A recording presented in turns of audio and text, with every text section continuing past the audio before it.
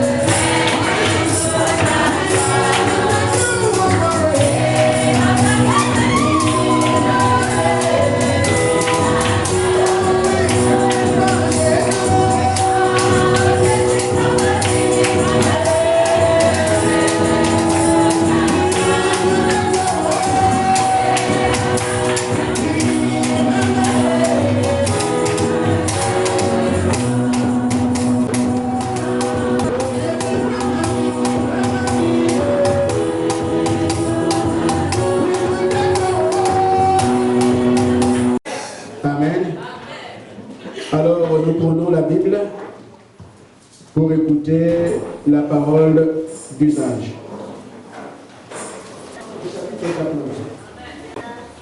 Nous allons aller comme à l'école le dimanche.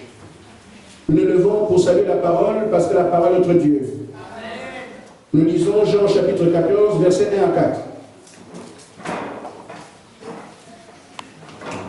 J'ai dit ce soir, c'est vrai, les prédications se donnent en type, en image, en représentation. Mais ce soir, nous lirons la parole ensemble. Parce que je ne voudrais pas qu'on dise, le pasteur a dit. Je veux qu'on reste dans les pas de la Bible et que chacun puisse dire Dieu m'a parlé.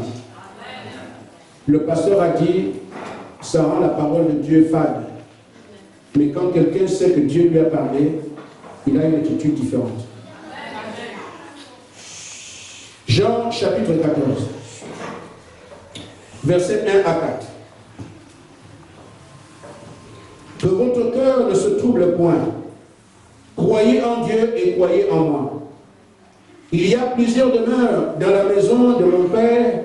Si cela n'était pas, je ne vous l'aurais pas dit. Je vais vous préparer une place.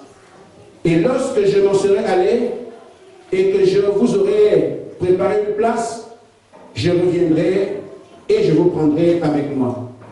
Afin que là où je suis, vous y soyez aussi.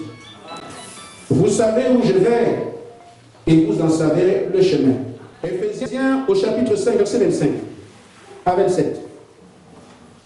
Marie, aimez vos femmes comme Christ a aimé l'Église et s'est livré lui-même pour elle, afin de la sanctifier par la parole, après l'avoir purifiée par le baptême d'eau, afin de faire paraître devant lui cette Église glorieuse sans tache ni ride, ni rien de semblable, mais sainte et irréprochable.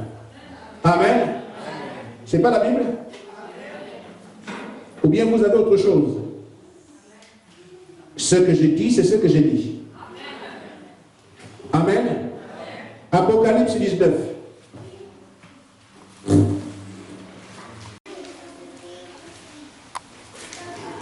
entendu comme une voix d'une foule nombreuse, comme un bruit de grosses eaux, et comme un bruit de fort torrent, disant: Alléluia! Car le Seigneur notre Dieu Tout-Puissant est entré dans son règne. Amen. Le Seigneur entre dans son règne. Il n'est plus seulement le Seigneur, mais il devient roi. Amen.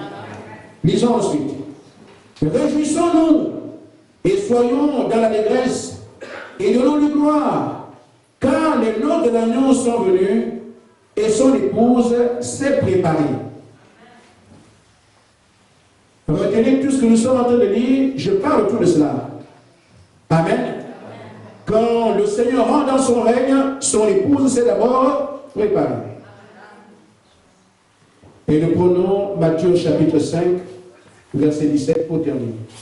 Jésus dit: ne croyez pas que je sois venu abolir la loi ou les prophètes. Je suis venu non pour abolir, mais pour accomplir. Car je vous le dis en vérité, tant que le ciel et la terre ne passeront point, il ne disparaîtra de la loi, il ne disparaîtra pas de la loi un seul iota ou un seul trait de lettre jusqu'à ce que tout soit arrivé. Amen. Amen. Seigneur Jésus, n'importe qui peut se placer ici et lire les Écritures. Mais c'est toi le pasteur. C'est toi qui es le bon berger. Vivement, Seigneur, que je sois ôté du chemin afin que tu parles à ton peuple. Je te supplie de tout mon cœur, au nom de Jésus-Christ. Amen. Sujet d'usage par lequel je voudrais m'entretenir avec vous est relativement simple, mais en même temps a une importance capitale. Je l'ai intitulé: le temps est venu, Jésus est à la porte. Mais nous devons arriver à voir que ce n'est pas la première fois qu'on annonce l'avènement de Jésus. Et cela doit nous interpeller. Il a été prévu qu'un Messie viendrait, c'est le Seigneur. Ça a pris le temps que ça a pris, Dieu tient sa parole. Et Jésus dit ici: je vais vous préparer une maison auprès du Père. Si cela n'était pas, je ne vous le dirai pas. Et nous avons chanté ce soir: j'ai une demeure céleste. C'est un travail utile que de servir le Seigneur Jésus-Christ. Même si ceux qui sont autour de vous semblent ne pas avoir à prendre part à cela, mais vous avez l'intérêt, du moins le devoir, de savoir qu'il y a une vie au-delà. Ceux qui s'appellent chrétiens peuvent quand même se dire que leur Seigneur ne peut pas mentir. C'est un minimum. Et il dit qu'il y a des demeures là-bas. Il dit: je viendrai vous chercher pour vous y amener. Amen. Mais nous pensons que les salles que nous louons ici, les appartements que nous avons, sont un bien. Amen. Il y a eu des cités entières qui sont aujourd'hui des ruines. Où est la cité de Babylone? Qu'est devenu l'Égypte aujourd'hui, ces villes sont devenues la propriété des archéologues, des gens qui fouillent les cailloux. Amen. Mais il y a une ville qui ne passe pas. Et Dieu en est le constructeur et l'architecte. Il dit, cette ville-là existe, je vous y amènerai. Mais nous devons regarder exactement à qui il parle. Le Messie était attendu en Samarie, il était attendu en Israël. Mais voyez-vous, il parle à un petit peuple qui est là. Les pharisiens ne sont pas avec lui quand il dit ça. Les Sadducéens ne sont pas là. Amen. Il dit, vous, je vous dis, je vais vous préparer. Il s'adressait à une catégorie de personnes, des gens qui ont cru son message. Des gens qui ont cru sa prophétie, qui ont reconnu que c'était lui le Messie. Alors, ils ont eu cette grâce. Amen. Préparez une maison quelque part. Quand les promesses sont données dans la Bible, on a l'impression qu'elles s'adressent à tout le monde. Mais avant qu'il y ait un monde, Dieu savait qui croirait, qui ne croirait pas. Dans tous les cas, quand je prêche la parole, je ne regarde pas qui écoute, qui n'écoute pas. C'est un problème. Mon problème, c'est de livrer le message qui vient de Dieu. C'est tout. Vous croyez, c'est votre affaire. Vous ne croyez pas, j'ai terminé. Amen. Une chose est claire, nous ne sommes pas aujourd'hui pour, à moins qu'on ait un intérêt matériel. À cajoler les brebis, il faut que tu viennes. Mais s'il te plaît, viens à l'église. Ah, mais moi je ne fais pas ça. Amen. Celui qui ne veut pas, il sort. Mais il y a ici à gagner, un enfant à fuir. Ça ne changera pas, la parole a dit. Vous croyez Dieu, toujours Dieu. Vous ne croyez pas Dieu, toujours Dieu. Donc en fait, vous ennuyez vous-même. Faire le mal, ah, ça c'est quoi les histoires de Dieu là? C'est ton affaire. Amen. Et l'histoire d'église, la maman, c'est ton problème. Que tu crois, que tu ne crois pas, Dieu est Dieu. Amen. Amen. Et il parlera aussi à un moment donné, à un groupe quelque part, il lui dira, vous avez trouvé grâce à mes yeux. Amen. Et c'est ce groupe qui m'intéresse. Donc ce que tu as dans ton cœur me concernant, ça ne me dit rien. Amen. Je ne suis pas là pour toi. Mais il y a un cœur qui dit, mais et s'il disait la vérité? C'est ce cœur-là que je cherche. On peut dire Amen. Celui qui dit, il se peut qu'il dise quelque chose de vrai. C'est ton cœur qui m'intéresse ce soir. Amen. Celui qui regarde en l'air, mais c'est un noir, c'est un africain, je ne m'occupe pas de toi. Amen. Je cherche des brebis du Seigneur qui sont des hommes et des femmes qui ont connu l'humilité, c'est quoi? Et Jésus a dit, j'ai caché ces choses aux sages et aux intelligents, je les ai révélées aux petits qui veulent apprendre. Quelqu'un qui a fait sa théologie, je ne suis pas là pour toi. Amen. Amen. Je commence à bien me sentir. Amen. Amen. Amen. Je ne suis plus à Nancy. Là, je suis vraiment à part le Dieu. Au début, je voyais toujours l'église à Nancy, mais là, je commence à voir l'église. Amen. Amen. Je viens d'atterrir. Alléluia. Amen. Amen. Maintenant, frère, nous sommes dans cette salle pour célébrer un mariage. Et ce mariage concerne l'homme et la femme que vous voyez devant vous. Amen. Le frère Amélie, la sœur Sarah. Ils sont connus de vous tous, j'imagine. Je pense que dans sa famille et parmi les gens qui les ont connus, il y a Kiava et l'éternellement. Mais comment Sarah se marie encore aujourd'hui? Amen. Elle a une longue histoire à la foi, elle a prêché la parole, mais aujourd'hui elle refait le mariage. Mais c'est quoi cette histoire-là? Amen. Mais amenez ces hommes, on connaît dans la ville un homme qui a la poigne du Saint-Esprit. Il se marie encore, mais qu'est-ce que c'est cette histoire-là? On a même appris qu'il s'est encore baptisé. Mais je vois qu'Amélie a perdu la tête. Amen. Amen. Mais quelqu'un qui a cette expérience dans la parole depuis des années, aujourd'hui de se baptiser, je serai moi aussi surpris comme vous. Mais il y a une raison à toute chose. Mais qu'est-ce qui fait qu'Amélie se marie encore? J'ai d'abord assisté à un mariage. Est-ce qu'on veut dire qu'il est faux? Ce n'est pas ça. Amen. J'ai entendu qu'il s'est marié à un moment donné. Ça fait des années qu'ils sont. Mais qu'est-ce qu'il fait là? Est-ce qu'on veut dire que le pasteur qui a prêché là-bas est moins que ce? Non, ce n'est pas sa frère. Amen. Amen. Ce qui justifie le rassemblement, c'est que le Fils de Dieu a découvert la parole qui s'accomplit. J'ai dit, le temps est venu, Jésus est à la porte. Il y a un temps où on dit, Jésus viendra, le Messie viendra. Amen. C'était une annonce qui tenait compte de quel type d'attente on pouvait avoir par rapport à cette promesse. Il y a eu un temps où un homme est venu, Jean m'a dit, il est maintenant parmi vous. Ça change d'acuité par rapport au même événement. Et quand il dit aussi, voici l'agneau de Dieu, on parle de la même personne, mais l'acuité par rapport à la prophétie s'accomplit, change les comportements des gens qui entendent la parole. Il viendra, on peut commencer à dormir. Ah, de toute façon, on a toujours dit ça, il viendra. Amen. Mais quand je suis là, Jean Baptiste, il est déjà au milieu de vous. Amen. Ça ébranle mon être. Oh, ma femme, j'ai entendu que le Messie déjà, tu sais, Jean-Baptiste, on dit qu'il viendrait. Jean-Baptiste est arrivé. Il nous a dit qu'il est déjà parmi nous. Amen. Mais viendra, n'a plus d'effet sur toi parce qu'il est déjà parmi nous, attire ton attention. Et ta façon de t'approcher de Dieu change. Parce qu'on vient de te dire, il est déjà parmi nous. Amen. Et pourtant, le même Messie. Mais quand Jean-Baptiste dit aussi, voici l'agneau de Dieu, amen, et que tu l'as identifié là, ton comportement change. Amen. Ainsi, frère, quand la parole de Dieu s'accomplit, ça bouleverse les vies des croyants. Et ça crée un double effet. Ceux qui ne comprennent pas sont étonnés, rendant l'incompréhension. Mais celui qui voit la parole de Dieu commence à jubiler. Parce qu'il sait exactement qu'est-ce qui se passe devant lui. Amen. Nous sommes ensemble ici, et je crois que plusieurs d'entre nous ont la Bible. Quand le Messie est arrivé, mais avant que je ne parle pas de ça maintenant, dit quand Moïse est arrivé, Moïse était attendu. Mais en Égypte là-bas, il y avait un esclave appelé Josué. Amen.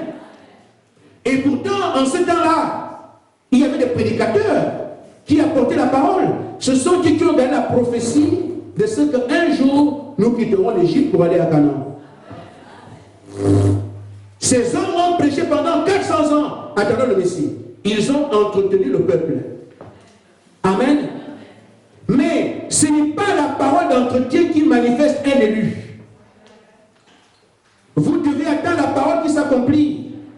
Et Josué en Égypte a été simplement un tailleur de pierre pendant toutes ces années. Mais quand Moïse est venu, Josué est passé de tailleur de pierre à un prophète. Amen. Parce que la parole de son âge a bouleversé sa vie. Amen. Regardez frère, un homme comme Pierre, il était pharisien, vous le savez. Il allait au temple chaque fois, il fait la parole, il fait des sacrifices, tout ce qu'on faisait en bon pharisien, il était là. Amen. Mais en tant que pharisien, de foi, ce n'était qu'un pécheur. On veut du poisson, Pierre, donne-moi 3 kilos. Mais quand le Messie est arrivé, Pierre, la parole s'accomplissant, Pierre est passé d'un pécheur à un apôtre à qui on confie les clés. Frère, il était le même Pierre. Mais c'est parce que la parole s'est accomplie devant lui, ça a bouleversé sa vie. Il est parti d'un homme simple, un simple religieux, qui allait au temple, qui priait comme tout le monde. Mais cette fois-ci, Pierre ayant vu le Messie dit, Seigneur, apprends-moi à prier. Vous voulez dire que Pierre ne priait pas avant? Amen. Et Seigneur, apprends-moi à prier. Vous pensez qu'il n'a jamais prié avant? Non. Il s'est rendu compte que non, cette fois-ci, je suis dans le vrai. Je voudrais maintenant donner tout ce que je peux pour servir une cause que je qualifie d'absolument vraie. Si nous sommes aujourd'hui incapables de mener l'évangile, c'est parce que la parole qui nous est prêchée, nous ne faisons pas la différence entre une parole d'entretien et celle qui accomplit le croyant. Amen. Vous vous souvenez de Paul, qui s'appelait Solomon, un bon religieux. Un homme qui croyait en Dieu fermement, au point quand on dit Jésus le Messie, il s'oppose à ça. Parce qu'il a entendu ce qu'on lui a dit. C'est Belzébul, c'est Satan, lui aussi, il est un fils de Satan. Amen. Mais quand il a vu la colonne de feu, sa vie a été bouleversée. Ceux qui lui ont donné l'aide pour aller fermer les églises, il vient de voir, il vous changer. C'est celui qu'on a crucifié là, c'est lui le Messie. Amen. Ainsi, frère, amené à écouter le travail, la parole qui est prêchée sur la terre maintenant, quand j'ai dit le temps est venu, mais c'est pas vrai ça. Ah, c'est pas vrai ça. Mais c'est pas croyable. Mais non, c'est ça. Amen. si on réclame encore. Au moins, si on réclame. Amen. Vous me donnerez un peu de temps? Je n'ai pas prêché 2 minutes, ça me rend malade. Je voudrais vous avoir jusqu'à 1h du matin. Amen. Mais la parole doit être comprise. C'est pour ça qu'on fait des images. Et vous voyez, Jésus n'est pas venu comme on fait aujourd'hui. Quelqu'un qui dit prêcher la vérité doit lire les versets. Verset 1, ça veut dire que. Verset 2, ça veut dire que. Verset 3, ce n'est pas ça. Suivez les prédications de Jésus. Vous ne verrez pas là où il dit Ésaïe 1, Ésaïe 2, Ésaïe... Non. Fouillez les prédications de Jean. Fouillez les prédications de Paul. Vous ne verrez pas là où il est. Verset 1, on explique. Verset 2, on explique. Amen. Ça, franchement, ce sont des coulées qui n'ont les vers de terre. Amen. J'avance en disant, frère, que quand la parole est accomplie, c'est là que les fils de Dieu sont manifestés. Nous avons entendu le monde attend avec un ardent désir la manifestation des fils de Dieu. Ce n'est pas la parole d'entretien qui fait ça. Allez à l'église, on revient. Allez à l'église, on revient. Posons la question, frère, là où nous sommes ensemble, là. Où est l'église puissante de la Pentecôte? Amen. Où est cette église où des hommes comme Pierre peuvent se lever? Je n'ai dit, oh, l'argent, mais celle que j'ai lève, toi, elle marche, elle est où? Où est cette église sans tâche terrible? Amen. Dans les églises, le pasteur prend les filles, ils sont comme des croyants. C'est pas croyable. Amen. Aujourd'hui, ce qui fait des hommes de Dieu, c'est de demander l'argent aux gens. Vous pensez que c'est ce que Jésus a enseigné? Jésus a dit dans Matthieu 6, 31 et 32, ce sont les païens qui courent derrière l'argent et les dieux du monde. Et nous cherchons le royaume des cieux en priorité. Amen.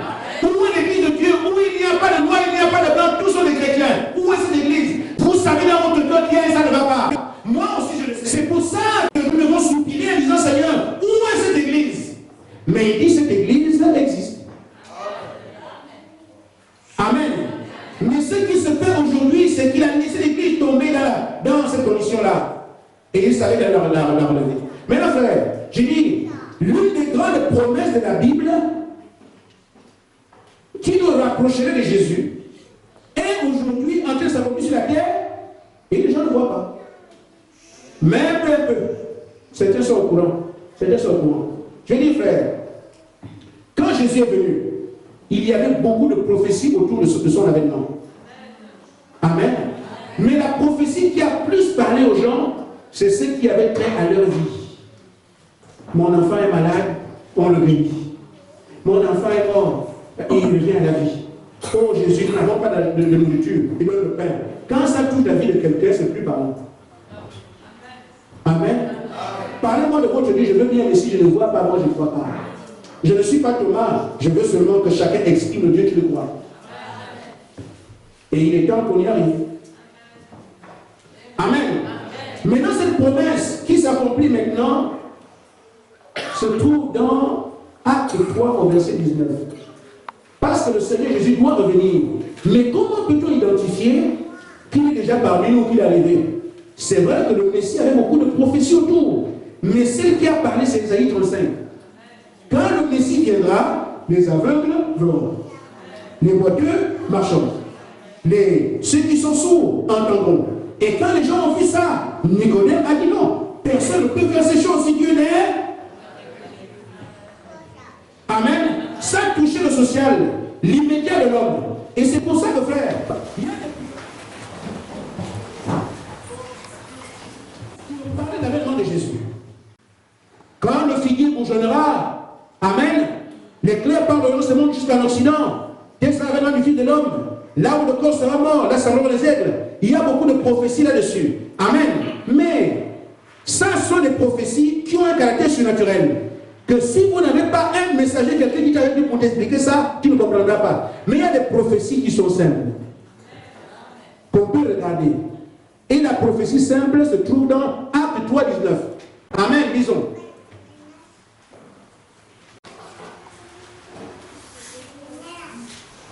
Acte 3, 19. Et je vais couper court parce que nous avons une suite. Il plaît encore? Tu as bien compris. Maintenant, 3,19, Pierre parle au peuple qui l'écoutait. Il dit, repentez-vous donc et convertissez-vous pour que vos péchés soient effacés, afin que les temps de rafraîchissement, afin que viennent, ok, voilà, les temps de rafraîchissement viennent de la part du Seigneur et qu'il envoie celui qui a été désigné, Jésus-Christ, que le ciel doit recevoir jusqu'au temps du rétablissement de toutes choses dont Dieu a parlé anciennement par la bouche des prophètes. Amen. Amen. Cette prophétie que Pierre nous dit ici, dit que Jésus sera au ciel jusqu'à ce que toutes choses soient rétablies sur la terre.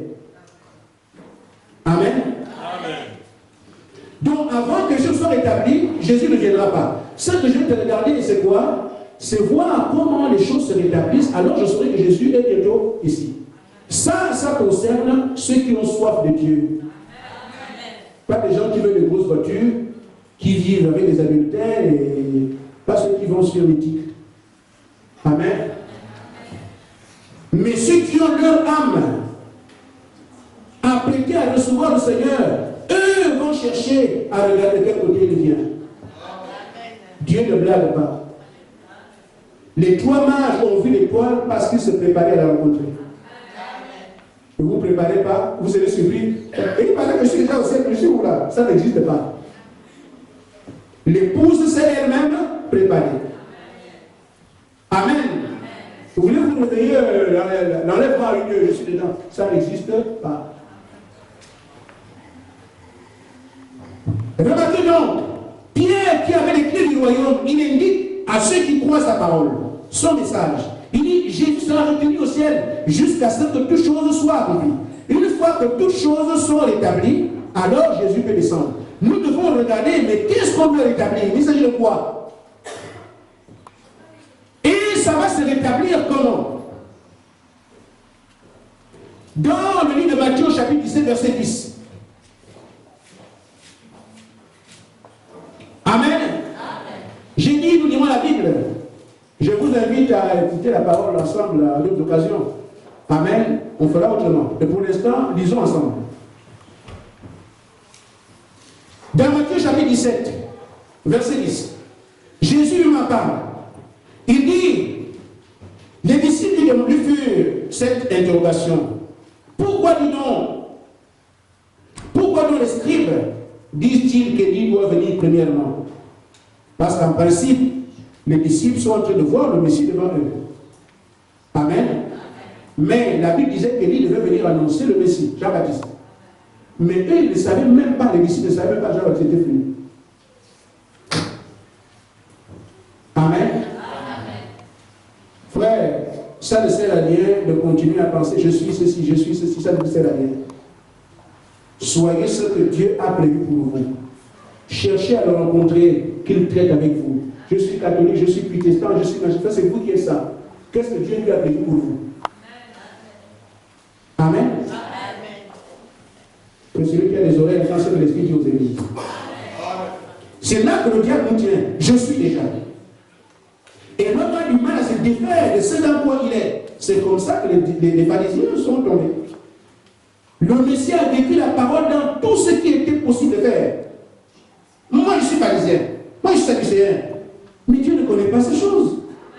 Si vous m'aimez, gardez mes commandements, c'est tout. Jean 14, 15. Maintenant, j'arrive. Les disciples disent, mais on nous a dit que l'Élie devait venir avant toi, mais toi tu es ici. Il leur répond au verset 11. Il répondit, il est vrai qu'Élie doit venir et rétablir toutes choses. C'est ça que Pierre répète là-bas. Et les gens disent, les prophètes ne viennent plus. Qui vous a dit ça? Le Seigneur n'a jamais dit ça. Voilà pourquoi nous ne voyons pas l'église de Dieu, parce que l'homme s'est trop mêlé à la parole de Dieu. Et on dit, les prophètes ne viennent plus. Qui l'a dit, c'est écrit où? Ça n'existe pas. Alors ça demande ce qui est écrit ici. Jean-Baptiste est mort. Pierre dit qu'il attend le rétablissement de toutes choses. Elles seront rétablies. Quand elles seront rétablies, Jésus descend. Amen. Jésus dit qui va le faire? Il est vrai qu'il viendra rétablir toutes choses. Donc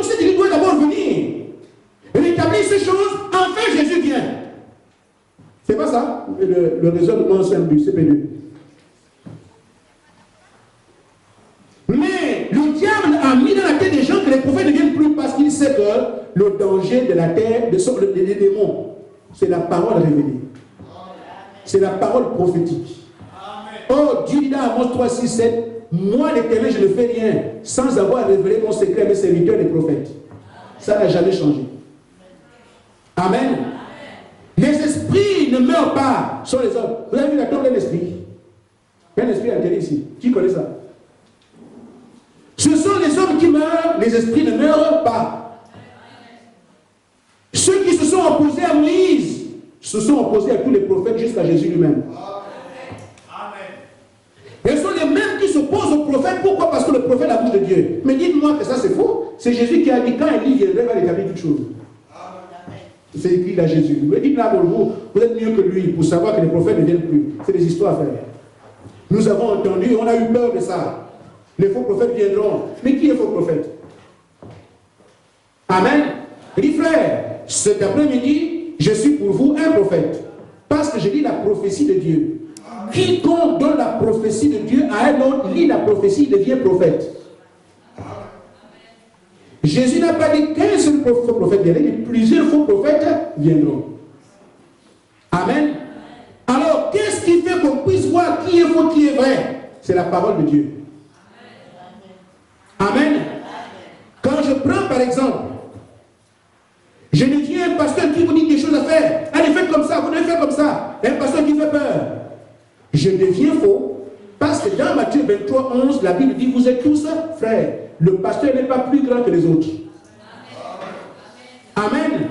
Parce que je prêche, ce que je vis, vous voyez faux. Mais parfois, comme c'est notre pasteur, c'est pas grave.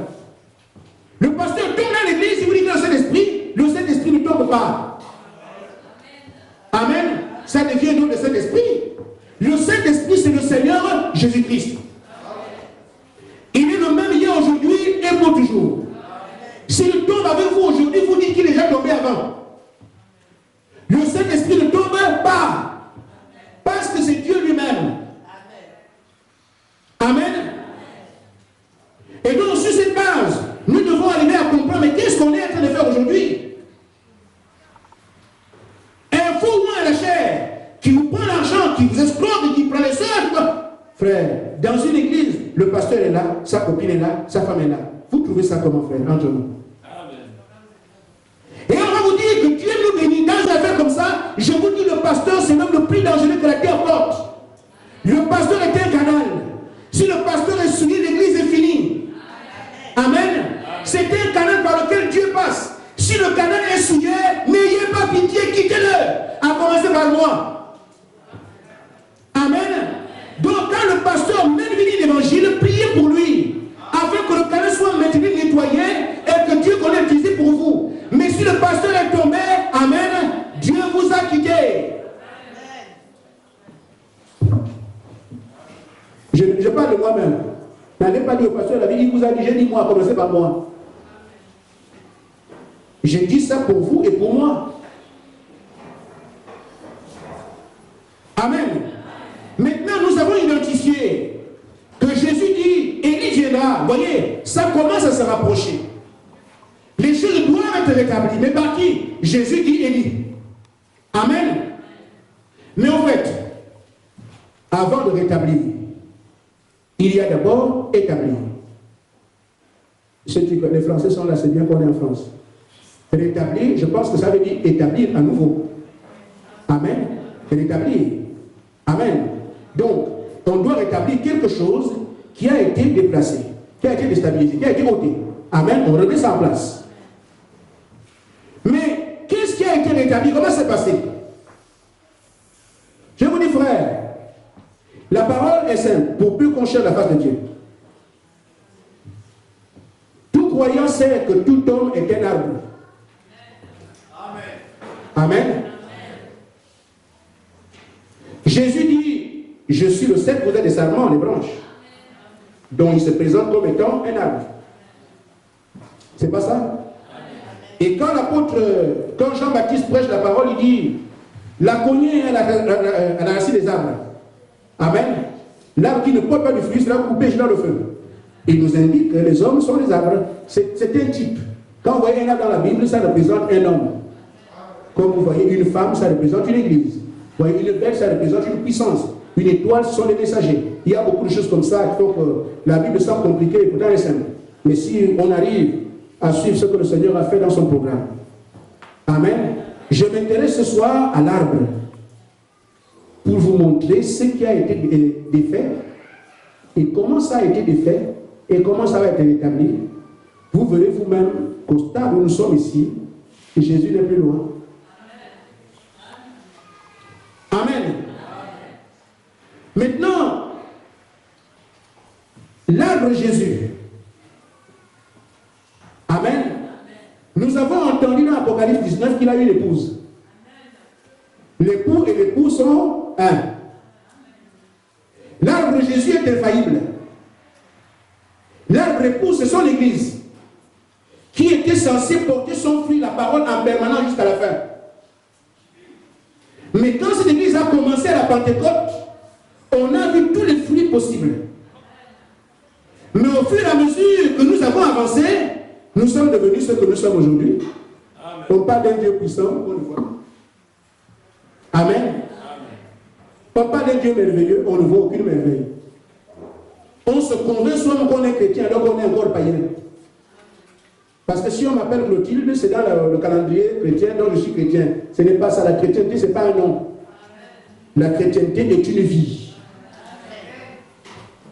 Et nous sommes tous, autant que nous sommes convaincus que nous sommes dans l'incapacité de produire la vie que les apôtres ont produit avant. L'arbre épouse qui était brillante à la Pentecôte a perdu de tous ses fruits. Aujourd'hui, nous sommes devenus de simples religieux. On va à l'église, on revient. On va à l'église, on revient. Amen. Maintenant, frère, Jésus a dit, le siècle passeront, il ne restera pas une parole ici qui ne serait pas accomplie. L'une des promesses, Joël a été un prophète particulier et pourtant un petit prophète. Amen. C'est Joël qui avait prophétisé sur le Saint-Esprit. Je répandrai mon esprit sur toute chair. Amen. C'est une promesse capitale parce que c'est la vie éternelle. Et c'est le même Joël qui parle aussi de l'Église, qui va être disséqué au fil du temps, mais que Dieu va relever après. Et je vous dis, nous sommes ce soir au temps du relèvement. Amen. Ne vous étonnez pas que l'Église soit devenue comme ça, c'est Dieu qui l'a voulu. Amen.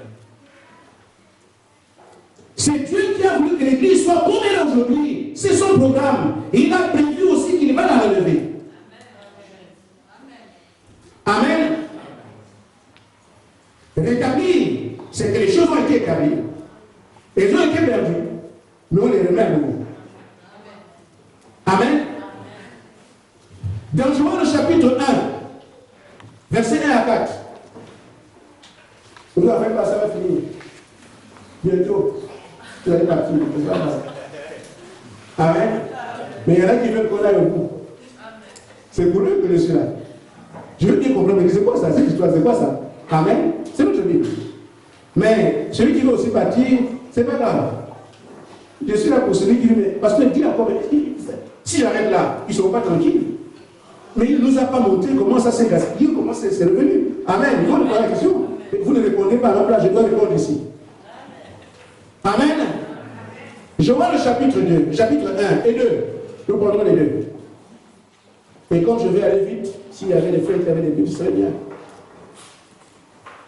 Comme ça, vous m'aideriez à lire rapidement et arriver juste là où je veux aller.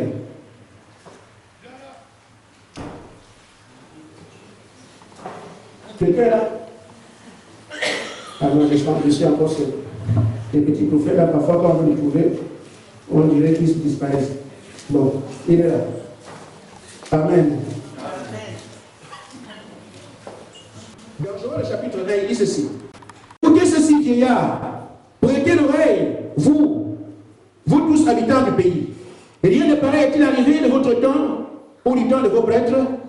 Racontez-le à vos enfants.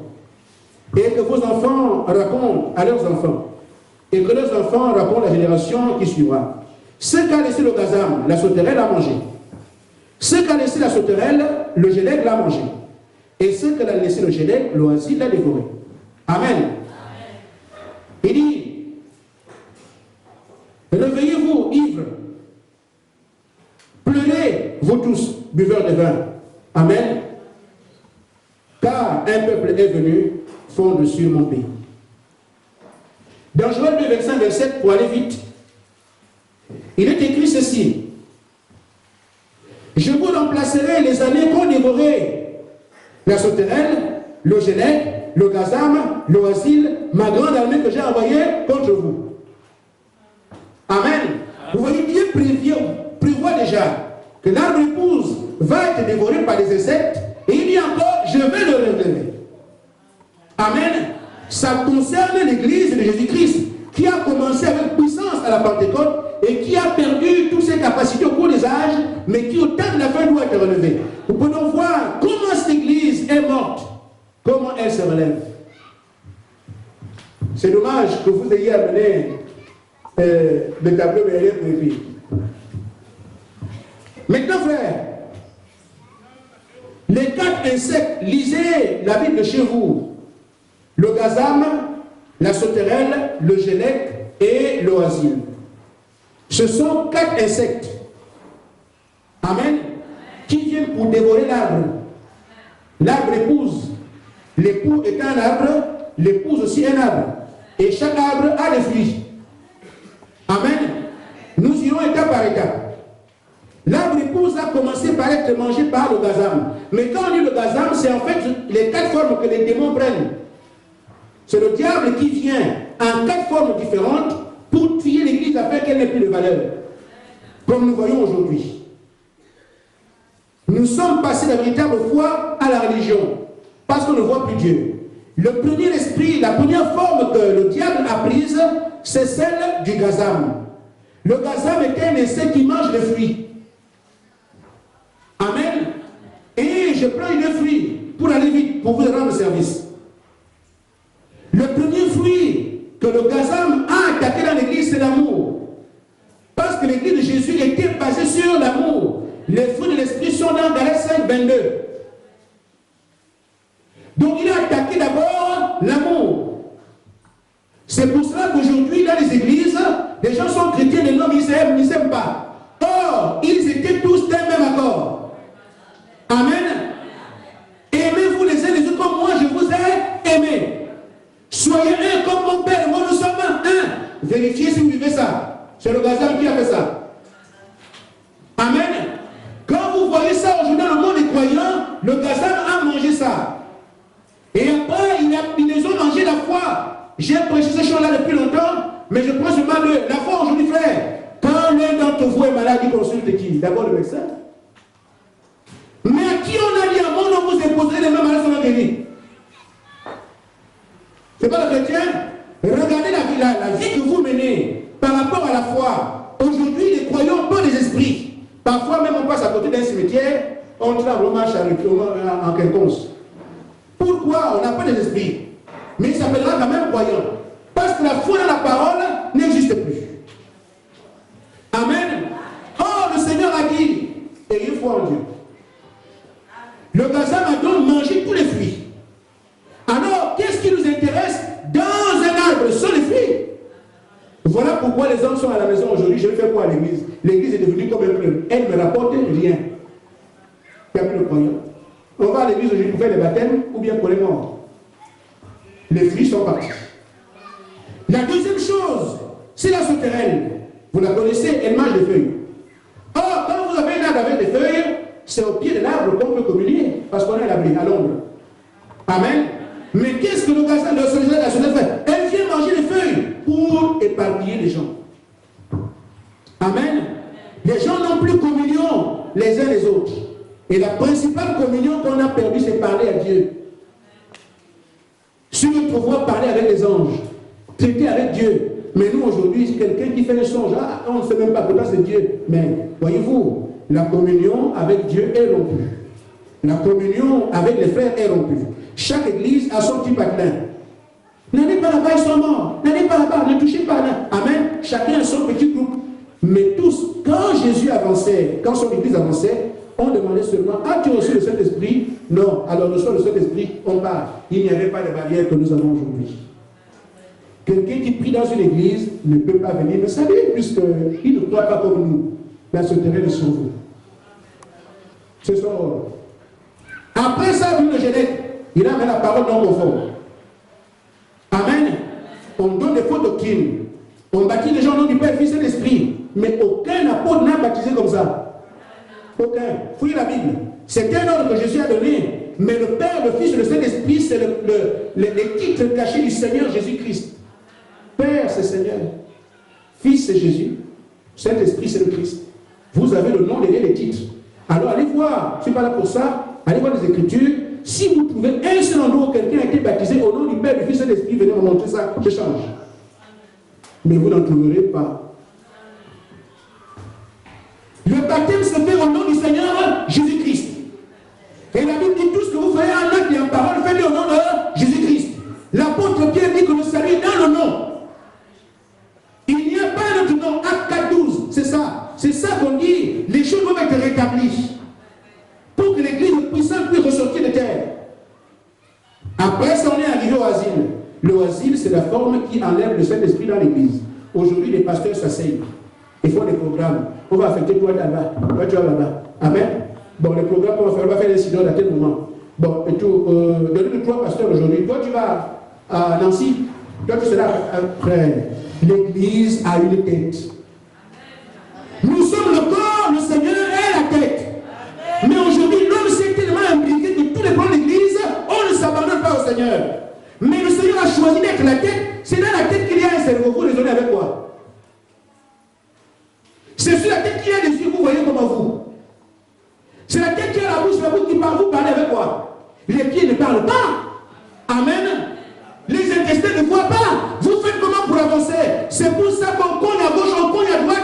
Parce que vous ne voyez pas, vous n'entendez pas, vous ne parlez pas, vous ne parlez pas, vous ne pouvez pas ressentir quoi que ce soit. Parce que vous avez laissé la tête. C'est le rôle de l'asile. Amen. Maintenant, frère, ce sont ces choses qui ont été dites. Là, nous avons survolé ces choses-là. Nous devons rétablir l'autorité de Jésus dans l'Église. On doit rétablir sa divinité. On doit revenir à tout ce qu'il a dit. Notre problème, c'est que Dieu ne s'engage pas sur une parole qu'il n'a pas prononcée. Mais quand nous avons des paroles qu'on lui attribue, on pense que c'est lui, on est là. Amen. C'est nous qui pensons que c'est Dieu. Or, Dieu, quand il parle, la parole est une pensée. Il passe d'abord, il exprime. Si tu répètes à Dieu ce qu'il a dit, il reconnaîtra ça, il agira. Amen. Mais si tu viens dire à Dieu, j'ai parlé en langue, donc j'ai le Saint-Esprit. Mais ce n'est pas ça. Le parler en langue n'est qu'un fruit du Saint-Esprit. Mais ce n'est pas la preuve que vous avez le Saint-Esprit. La preuve que vous avez le Saint-Esprit, Jésus l'a donné. Il dit, quand le Saint-Esprit viendra, il vous conduira dans toute la vérité. Amen. Amen. Si vous avez le Saint-Esprit en vous, vous ne pouvez pas vous tromper sur la parole parce que c'est l'auteur qui habite en vous. Amen. Ce sont ces choses que nous rétablissons aujourd'hui. Maintenant, frère, je suis donc à la fin, comme on dit à Côte d'Ivoire, vrai. Pour soulager les frères. Dans Malachie chapitre 4, le verset 5 à 6 dit, Élie a la mission, Élie que Jésus a indiqué là. Sa mission, c'est de ramener la foi des enfants au Père. Nous, les enfants de la foi, nous devons retourner à la foi des apôtres. Et c'est quand nous arrivons à la foi des apôtres, la parole étant rétablie, parce que tout ce que nous avons à manger, il revient à l'église. L'amour revient, la foi revient, la fédération revient, les véritables hommes de Dieu viennent. Amen. Ce ne sont pas les hommes qui ont fait la théologie. La théologie ne vient pas de Dieu. C'est quand même assez curieux que quelqu'un fasse 3 ans et dit qu'il a étudié le Dieu éternel. Les frères entre nous. C'est simplement être courageux. Ou bien quand on a dit notre affaire. Amen. On ne peut quand même pas s'imaginer que quelqu'un fait 15 ans d'études et dit je viens prêcher Dieu parce que j'ai fait des études. Quand Dieu appelle un homme, il traite avec lui lui face à face. Donnez-moi un seul qui a étudié, vous venez me dire. J'ai l'église, c'est 17 Jean Jacques Rousseau, à Bar-le-Duc, c'est là que je prêche le jeudi et le dimanche. Si vous trouvez une seule personne dans la Bible qui a été formée, qui est venue prêcher, vous viendrez me dire, et moi je vais changer ma prédication. Et vous aurez du mal. Ça, c'est l'humain qui s'est implanté dans la chose de Dieu. Quand Dieu envoie Moïse, il parle avec lui. Quand Dieu envoie Pierre, il appelle lui-même. Quand Dieu envoie Jésus, il dit, je serai avec toi. Mais, frère, depuis quand les hommes ont étudié Dieu, frère, un mortel qui va étudier l'Éternel, quelqu'un qui dit comment souvent il fait de vie. Mais c'était courageux. Vous commencez par quel bout? Je dis simplement que c'est maintenant la restauration de ces choses. Amen. Des femmes qui aujourd'hui prêchent la parole, mais la parole ne l'a pas dit. Pierre, au moins de l'esprit de Dieu, dit, je ne permets pas à la femme d'enseigner. Aujourd'hui, nous disons c'est faux. Si Paul n'avait pas le Saint-Esprit, d'accord? Mais s'il avait le Saint-Esprit, moi je vois qu'il avait. Amen. Paul est l'un des rares qui ont dit, même si un ange vient du ciel et dit quelque chose que le monde n'a pas prêché, cet ange est maudit. Frère, il devait savoir qui il est. Amen. En petite information, frère. Aujourd'hui, Élie le prophète est arrivé. C'est l'information que je vous donne et qui nous permet de dire aujourd'hui que les choses ayant été rétablies, l'épouse sans tache ni rien de semblable est en ce moment même en train de se préparer. D'après Apocalypse 19. Mais quand le prophète est arrivé, Dieu l'a attesté par la colonne de feu. Elle est là. La même colonne de feu qui a pris Israël d'Égypte à Canaan, la même colonne de feu est venue au-dessus de Jésus-Christ. Jean-Baptiste est témoin, la même colonne de feu est là pour vous sortir du monde et vous aller dans l'enlèvement. Si je ne croyais pas cela, je ne vous le redirai pas. Amen. Quand les sceaux ont été ouverts, les 7 sceaux qui ferment la Bible, voilà le Jésus qui est indiqué dans Apocalypse 1, Apocalypse 2:10. Vous voyez cette image, un tas de 42 km. J'avais souhaité que monsieur soit avec moi.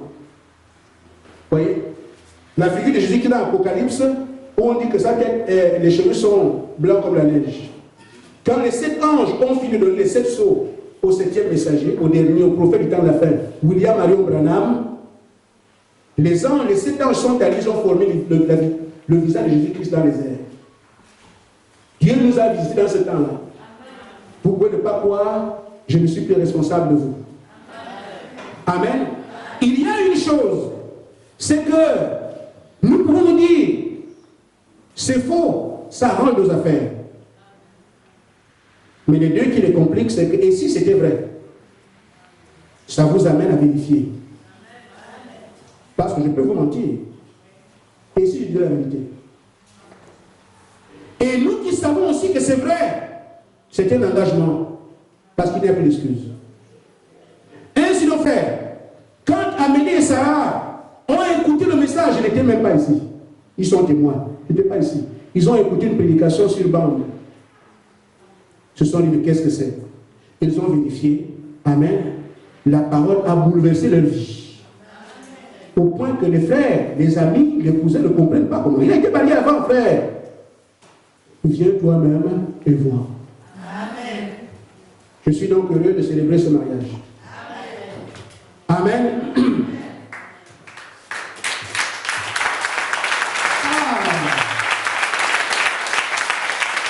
Je suis en train de me dire, mais on dirait que je ne vais plus fatiguer qu'autre chose. Donc vivez encore, mais c'est bien. Amen. Je voudrais donc que l'Assemblée se lève.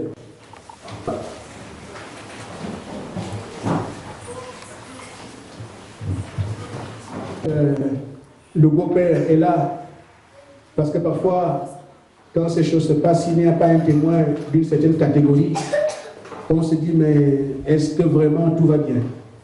Mais comme nous avons le papa lui-même, amen, je sais ce que je dis. Ne regardez pas la taille du fer. Comme nous avons le papa lui-même, alors mon cœur est en paix. Amen. Amen. Je vais seulement te poser une petite question. Et tu t'identifieras à l'église. Je suis le père La réponse est quoi? Moi, son père, et je le ferai. Alors, donc, c'est une cérémonie, c'est comme ça que ça passe. C'est lui qui donne sa fille à mariage. Parce que s'il dit non, nous ne pouvons pas. Amen. Et s'il s'est déplacé, c'est parce que Dieu veut continuer. Amen. Alors, à qui demanderai-je de donner cette femme pour être l'épouse de cet homme? Où est ça qui peut t'amener? C'est vous. Vous vous présentez et vous donnez votre nom, vous dites aussi votre position. Je m'appelle Patrick Wangui. Je suis le père. Comme le pasteur vient de le dire, ne regardez pas ma taille. Je suis le père des tétés. Et j'accepte à le remettre en mariage avec Amen. Amen.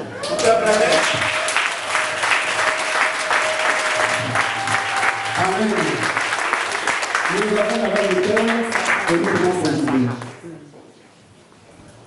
Bien-aimés, nous sommes rassemblés ici sous l'autorité de Dieu. Je voudrais que cela soit reconnu. Parce que Jésus-Christ a dit, là où deux ou trois sont assemblés à mon nom, je suis au milieu d'eux. En présence de cette troupe, afin d'unir cet homme et cette femme dans la sainte union conjugale. Cet homme et cette femme se sont aimés et aujourd'hui, d'après la recommandation de Paul, veulent honorer cette union. Amen. Il ne sied donc à personne de s'engager de façon inconsidérée dans le mariage devant Dieu ou avec légèreté. Amen. Mais plutôt le faire avec respect, sobriété et dans la crainte de Dieu. Amen. C'est dans cette position que je crois que ces deux personnes présentes ici viennent afin d'être unies. Maintenant, s'il y a quelqu'un dans la salle qui peut faire valoir un droit ou une raison juste qui empêcherait qu'ils soient légalement unis cet après-midi, que cette personne se prononce ou elle n'en parle plus jamais.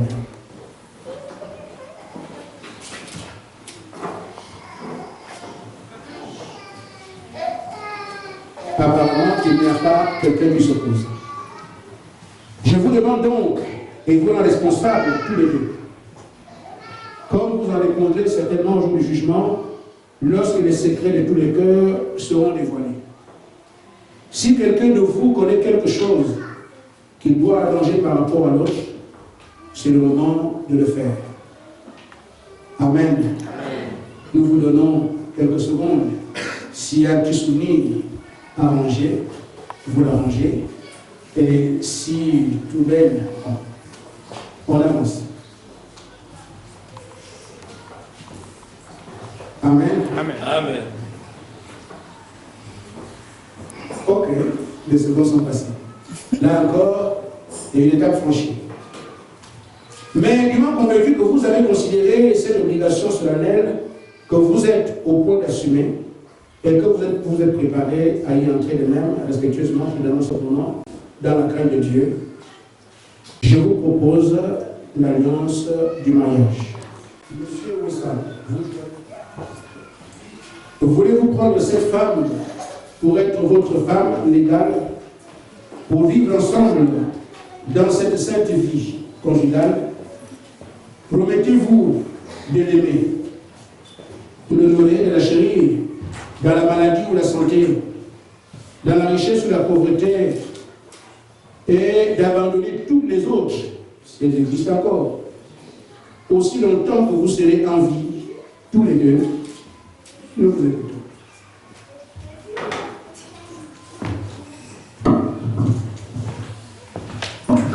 Généralement, On peut acclamer.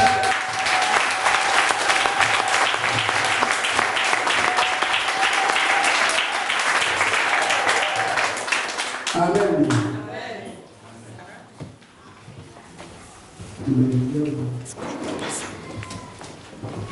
Alors, mademoiselle, notre sœur Sarah, acceptez-vous cet homme pour époux légal, pour vivre ensemble dans cette sainte vie conjugale?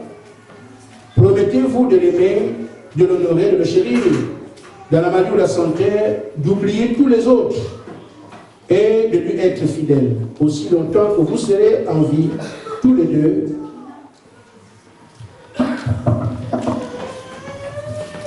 Je le ferai.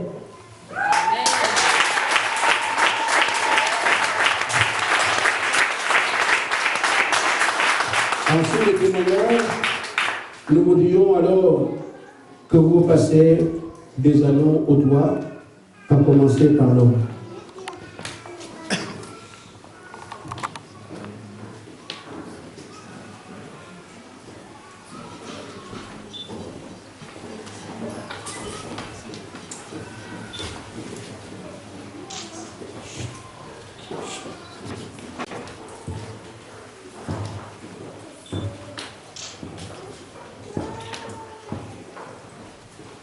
Vos mains pour montrer à la foule.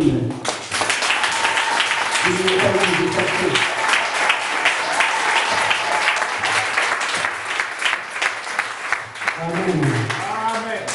Maintenant, vous joignez encore vos mains droites, il faut les poser sur la Bible. Vous joignez vos mains droites. Oui. Seigneur Jésus, tu es notre Dieu. Avant qu'il y ait un monde, tu vivais et tu étais Elohim. Quand tu as créé, Seigneur, les hommes et les femmes, tu es devenu Jéhovah. Et tu gères maintenant toute ta création. Tu as béni le premier mariage en Éden, parce que tu as dit qu'il n'est pas bon que l'homme soit seul.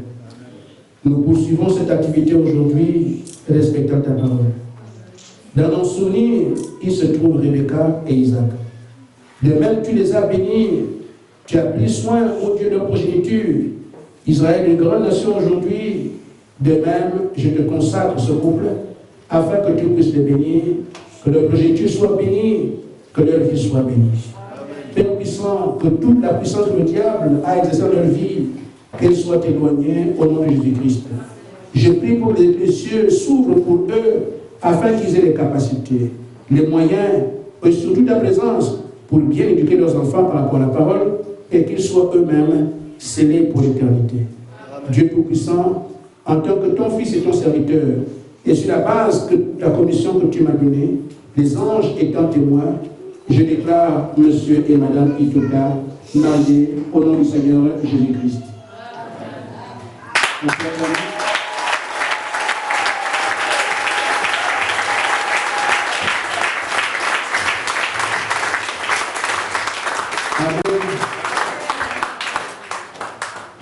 Alors,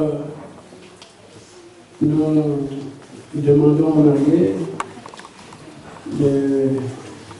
d'embrasser la mariée. Amen.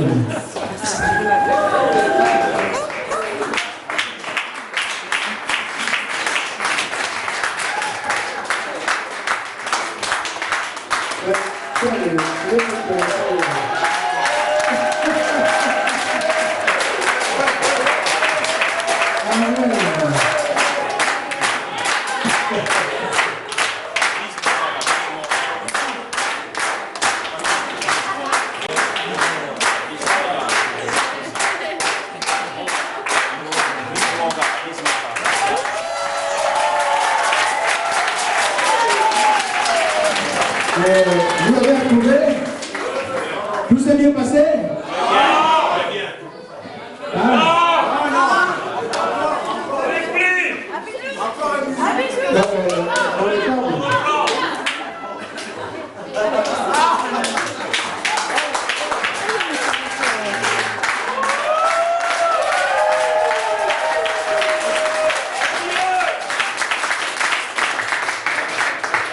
Que le nom du Seigneur soit béni. Amen.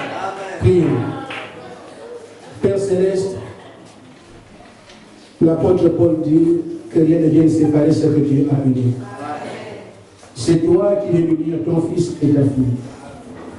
Nous te supplions, ô notre Dieu, de les prendre maintenant pour les conduire jusqu'à l'enlèvement. Que 1000 tombent à droite, 10 000 à gauche, qu'ils soient debout. Que tout l'esprit de la Laodicée qui va non seulement les chercher, mais également chercher les enfants et même la famille.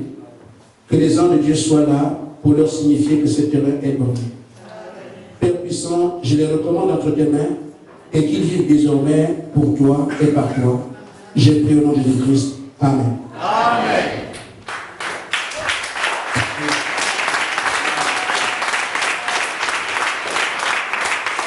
Amen. Alors nous sommes prêts à sortir et nous chanterons le cantique numéro 18 que vous avez sur les papiers.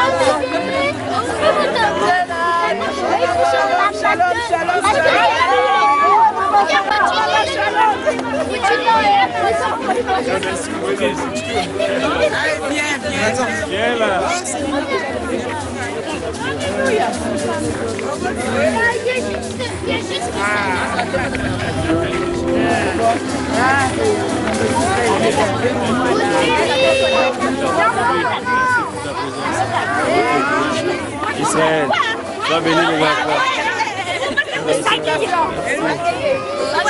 Aidez-moi et Ça y est, merci beaucoup la présence. Oui, Dylan. Salut mon vin, je t'aime toujours. Ça sera toujours.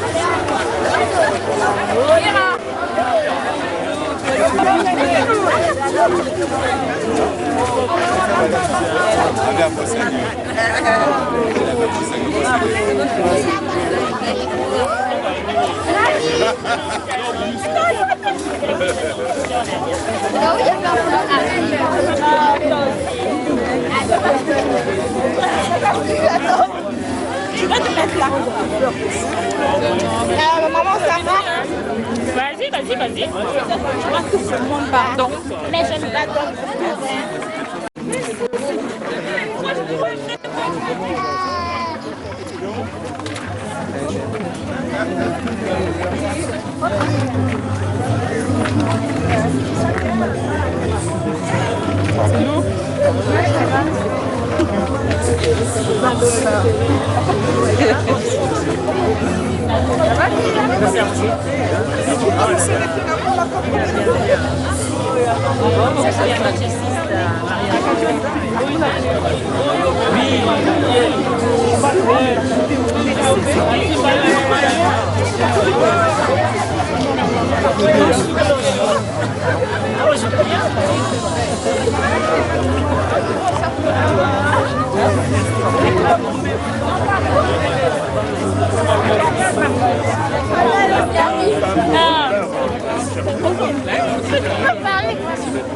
Merci la présence.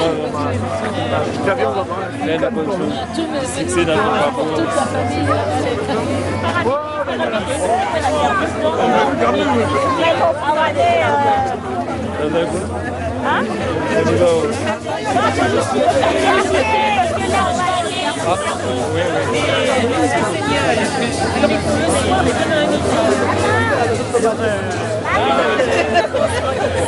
Elle est gagnante.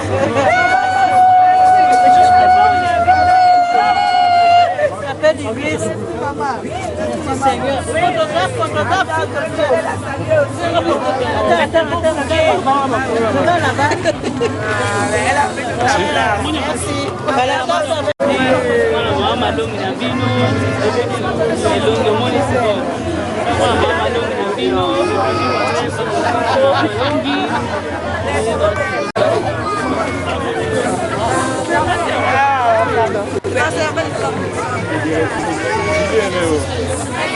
Maman elle est aussi.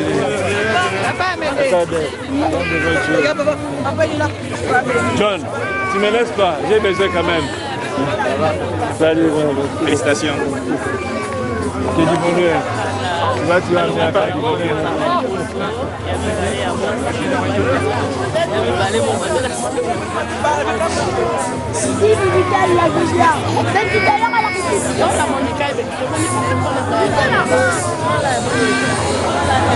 Elle veut que toi, maman. Elle veut personne.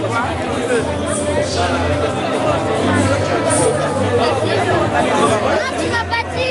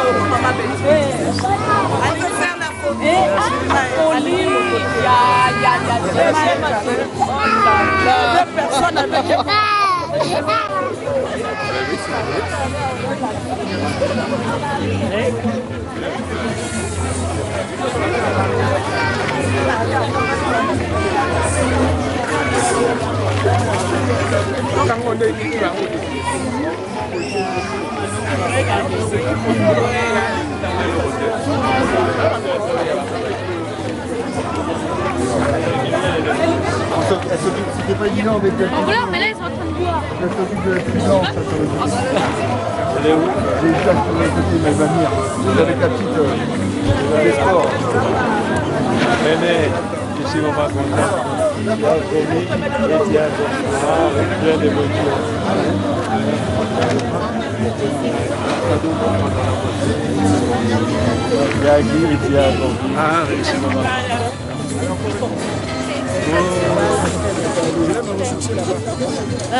Je n'ai même pas encore embrassé le marié. Ah, ça,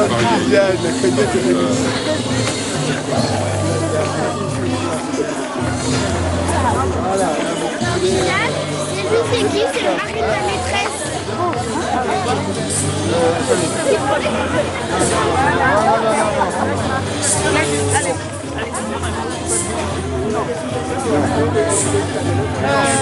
Attendez, faut l'éteindre.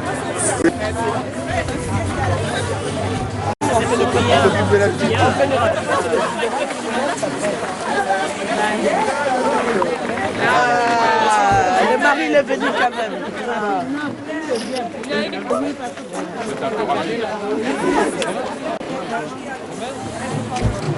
Tu veux? Vous tu lis? Oui. Tu veux? Ah oui. Comme ça. Tu veux ça? On met là. On met là. Ce que tu veux. On met des mains.